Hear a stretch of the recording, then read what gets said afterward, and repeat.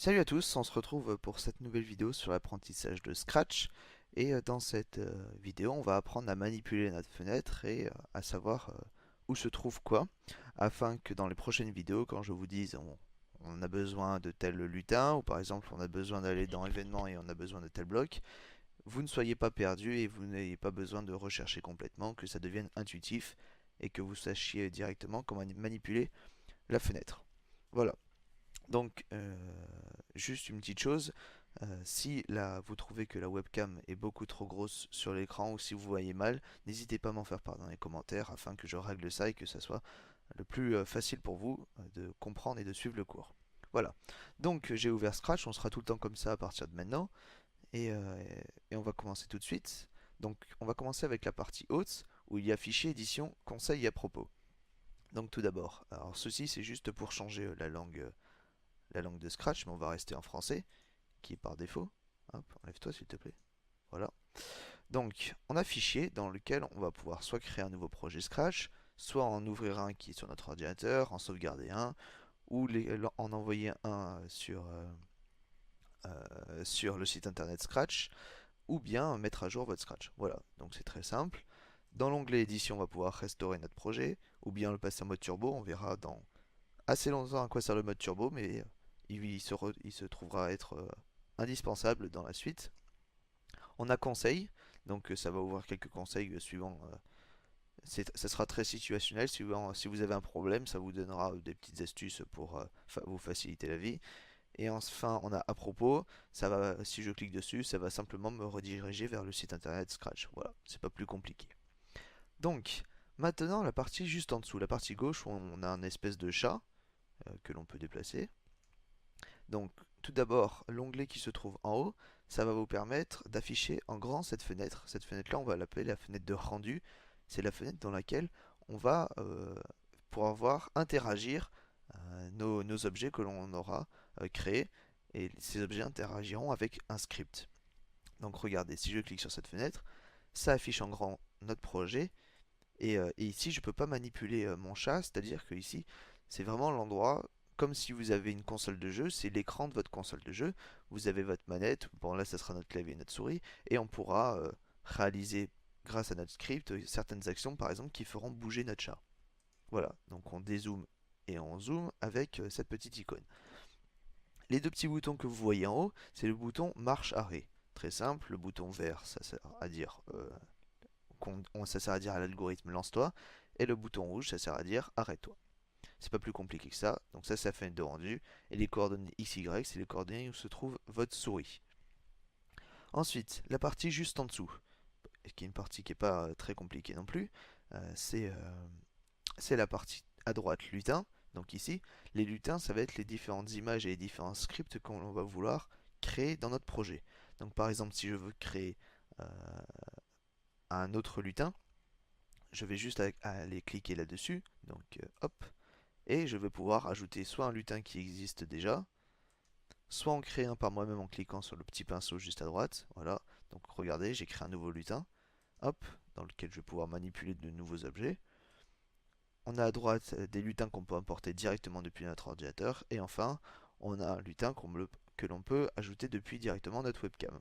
Donc que des outils assez intéressants pour diversifier au maximum vos projets. Donc je vais supprimer ce lutin parce qu'il ne me sert à rien. Donc si vous voyez que je fais clic droit, on a info, donc dans lequel on a des coordonnées, des informations propres à notre lutin. Par exemple son nom, donc second lutin, je peux le changer ici. On a les coordonnées et d'autres petites informations qui ne sont pas extrêmement nécessaires pour l'instant. Retenez bien que pour changer le nom d'un lutin, on doit faire clic droit info. Voilà. Et là, on voit le nom de lutin supprimé. Le point d'exclamation que vous voyez, le i pardon, que vous voyez au-dessus et le rond entouré bleu, ça sert à vous dire sur quel lutin vous vous trouvez. Et c'est tout. Et si vous faites un clic droit, vous pouvez supprimer ce lutin.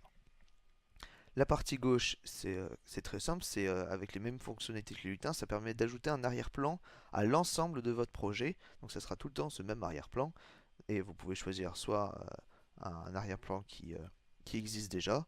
Voilà, je vais ajouter celui-là. Donc regardez, hop. Et on a un arrière-plan avec un mur. Voilà, par défaut. mais on va supprimer cet arrière-plan et on peut changer d'arrière-plan si on le souhaite. Donc pour la beauté de la chose, on va le laisser. Ça va permettre de dynamiser un peu notre fond. Donc ça c'est la partie arrière-plan et on va passer maintenant à la partie la plus intéressante qui sont ces trois onglets qui se trouvent en haut, sachant que pour moi le plus important c'est l'onglet script. Alors l'onglet script il permet d'accéder aux catégories de blocs auxquels on a accès. Donc euh, une catégorie possède un nombre de blocs particulier. Par exemple, si je vais sur mouvement, je vais avoir le droit à accès à que des blocs propres au mouvement. Par exemple, regardez, je suis dans l'onglet, dans la catégorie mouvement, je choisis ce bloc avancé de 10. On va pas rentrer dans les détails au niveau des blocs, mais c'est juste pour vous donner un exemple. Et l'onglet, le bloc avancé me permet de faire avancer un lutin. Voilà, donc si vous allez dans d'autres catégories, vous aurez d'autres blocs propres à sa catégorie, toujours avec un code couleur. Je vous l'avais expliqué dans la vidéo de l'introduction, toujours avec un code couleur pour faciliter la compréhension et la vue de votre code, parce que quand vous aurez beaucoup de code, vous voudrez savoir à quoi correspond tel ou tel bloc, et les couleurs vous permettront d'accélérer cette compréhension. Voilà, donc quand on est dans la fenêtre, voilà, on va mettre ce bloc au hasard, quand on est dans la fenêtre où on peut manipuler nos blocs, donc vous l'avez vu, je l'ai fait un peu rapidement, pour ajouter des blocs c'est très simple, on va dans une catégorie, on sélectionne celui-ci et on le déplace, voilà. Et pour fusionner deux blocs entre eux, toc, on fait ceci, donc là par exemple, regarde, là on a les deux blocs qui sont séparés l'un de l'autre, alors je rentre toujours pas dans les détails à quoi servent les blocs, mais je vous explique comment mettre deux blocs ensemble. Donc deux blocs ensemble, ça se fait comme ceci. Comment on sait qu'on peut mettre deux blocs ensemble? C'est parce que vous voyez qu'il y a une petite ouverture et un petit bout qui ressort du bloc, et on peut soit les intervertir, hop, afin de choisir dans quel sens on veut le placer. Mais tous les blocs ne sont pas faits comme ça. Regardez par exemple, je vais vous donner un autre bloc. Le bloc, celui-ci, c'est un bloc où il y a forcément un truc qui est un petit bout qui ressort, le bloc celui-ci. Mais il n'y a aucun bloc pour pouvoir le rentrer dedans. C'est-à-dire qu'on ne peut pas fusionner celui-ci avec un autre bloc au-dessus de lui. C'est forcément des blocs qui vont en dessous de lui. Voilà. Donc, donc tous les blocs n'ont pas des connexions, n'ont pas toutes les mêmes connexions, euh, mais ils ont des connexions quand même. Dernière petite astuce au niveau des blocs. Si on a plusieurs blocs et qu'on déplace celui du haut, ça va déplacer tous les blocs qui se trouvent en dessous. Tandis que si je prends un bloc du dessous, ça va déplacer tous les blocs qui se trouvent après lui, mais pas le bloc qui se trouve au-dessus. Voilà, donc quelques petites astuces pour la manipulation des blocs. J'y reviendrai de toute façon dans les prochaines vidéos. C'est vraiment pour vous donner un premier aperçu assez rapide de la manipulation des blocs. Une autre petite chose, c'est en haut à droite, on voit un chat, donc notre chat qui se trouve ici, avec ses coordonnées X et Y. Et si je déplace mon chat, on voit qu'il se déplace avec les coordonnées X et Y en haut à droite. Donc ça paraît de rien pour l'instant, mais vous verrez que c'est un très très bon outil afin de vous faciliter la vie quand vous voudrez placer votre lutin à tel ou tel endroit sur la carte. Dernière petite information concernant les blocs, c'est tout en bas à droite, vous avez le zoom et le dézoom de vos scripts. Donc là je zoome énormément, et si je dézoome, voilà, pas plus compliqué que ça. Maintenant, l'autre onglet costume. Donc dans l'onglet costume, on a les différents costumes dans lesquels on a accès. Et par défaut, quand vous créez votre premier projet, vous avez deux costumes auxquels vous avez accès. Le costume de ce chat-là et le costume de celui-là. Ça vous permettra de créer de premiers mouvements par la suite. Alors là, l'onglet costume est quand même assez dense, comme vous le voyez. Donc, je pense que je ferai une vidéo propre au costume en soi, comme pour l'onglet script, où je détaillerai toutes les catégories dans une catégorie par vidéo. Non, c'est une vidéo par catégorie. Et comme pour le costume, je vous détaillerai dans une vidéo parce que c'est quand même assez dense ce qui est expliqué. Si on clique sur n'importe quel bouton, ça nous change complètement l'interface. Donc, je vous expliquerai dans une vidéo à part entière l'onglet costume. Voilà. Donc je disais, petite interruption, Enfin, on a l'onglet son qui se trouve à la fin.